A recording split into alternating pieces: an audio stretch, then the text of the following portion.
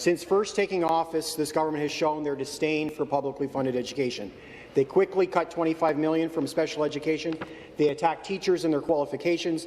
They increase class sizes. And we all know that these cuts and others led to the largest teacher strike seen in a generation, not since the previous Conservative government, Mr. Speaker. Now we learn, while this province was struggling to get teenagers and children vaccinated, while health and education leaders and parents were pleading for safer schools, while we saw spikes in cases, exposures on school buses, in classrooms and lost learning time, while denying parents and their children access to rapid tests, this government provided 175,000 rapid tests to private schools. Can the Premier explain why he chose to prioritize kids in private schools over those in our publicly funded school system?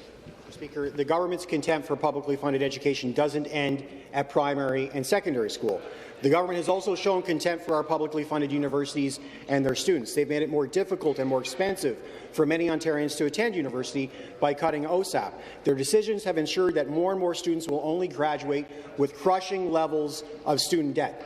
So let's summarize. They've cut special education funding. They have attacked teachers and their qualifications. They made class sizes bigger. They're forcing students into mandatory online learning. He's making university more and more expensive every day, Mr. Speaker. And now we find out that they're prioritizing private school children with 175,000 rapid tests over the millions in our publicly funded education system. So, Mr. Speaker, why does this government have such disdain for publicly funded education in Ontario?